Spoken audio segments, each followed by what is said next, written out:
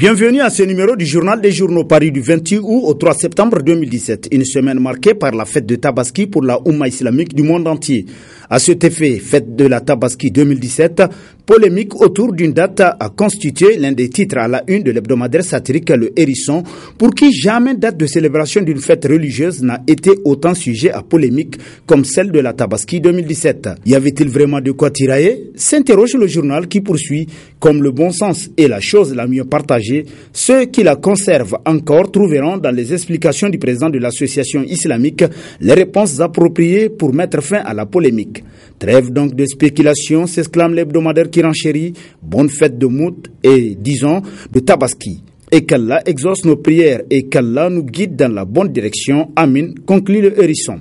La renaissance du Niger à quand les Lumières s'interroge à sa une le bimensuel Toubal Info qui nous apprend que, comme l'on peut le supposer, parler d'une renaissance signifie qu'auparavant, il eut une période considérée comme moyenâgeuse, car la renaissance est cette période de l'histoire qui mit fin à une autre considérée comme obscure et rétrograde. Au-delà du slogan politique, ce maître mot doit avoir un sens et un contenu réel et ouvrir des perspectives aux Nigériens.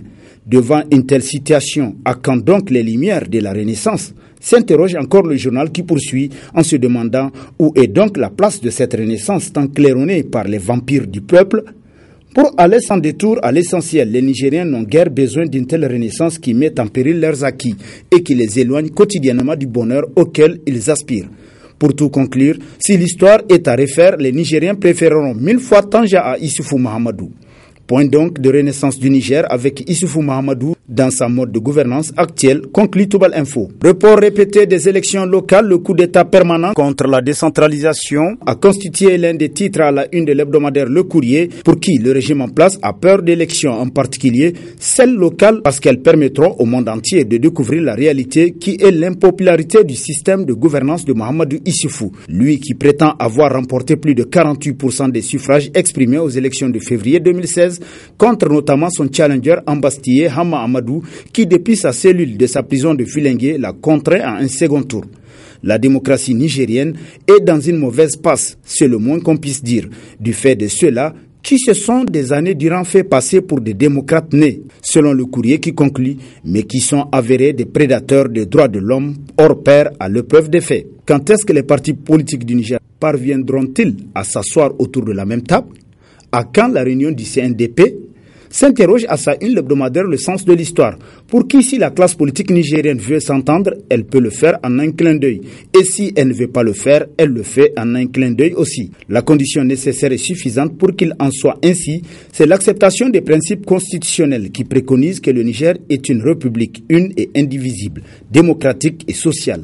Tous les Nigériens sont égaux devant la loi. La souveraineté nationale appartient au peuple qui l'exerce à travers ses représentants élus. C'est ainsi que fonctionne la démocratie dans le monde entier où elle existe et c'est ainsi qu'elle doit fonctionner au Niger, conclut Le Sens de l'Histoire. Au cœur de l'égarement, où est le sauveur? Titre en s'interrogeant à sa une l'hebdomadaire L'Actualité, selon qui un gouvernement qui peine à payer des salaires, à assurer le fonctionnement de l'administration, faute de moyens, s'il n'y a que lui seul à attendre pour redonner le sourire à tant d'hommes, de femmes et d'enfants dans le désarroi, ne peut être d'aucun secours pour eux, sinon qu'à se servir de leur cas pour reprendre sa sébile et aller quémander l'aide des partenaires pour faire face à la situation. C'est la déchéance totale pour le Niger qui mérite mieux que ce sort. Aujourd'hui, l'opposition offre au Niger la chance unique de sortir de la situation difficile qu'ils vivent d'après le journal qui renchérit. Demain, un autre Niger est possible.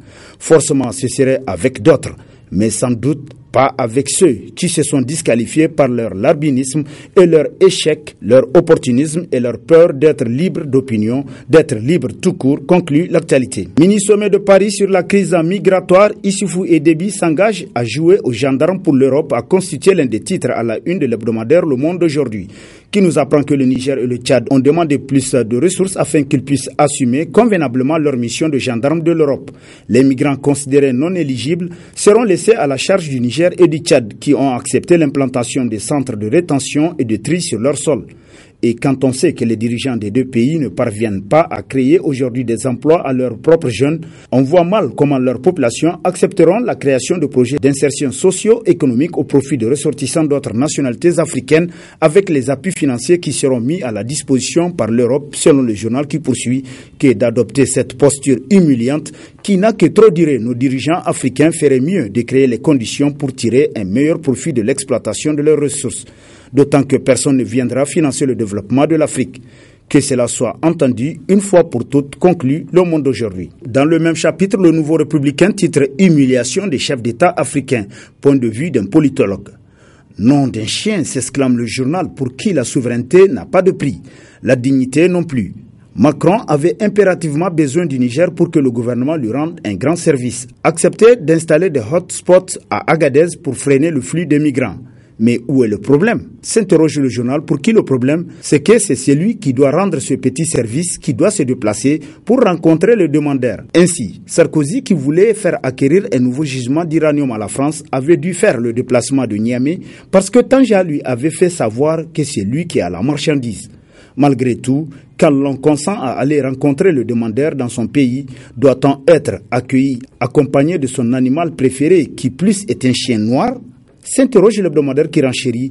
Dès lors, si l'on était resté chez soi pour attendre patiemment le demandeur de service, l'on n'aurait pas à subir une telle compagnie canine.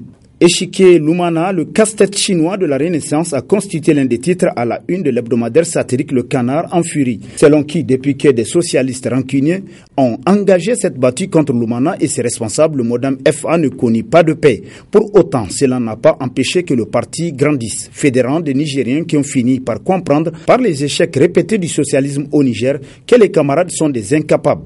Et ils ne surent jamais comment décapiter ce parti, comment l'anéantir. Hamma est loin et connaissant la brutalité des camarades, il a voulu par la distance éviter pour ce pays des turbulences dont personne ne peut prédire le développement et les conséquences pour le pays.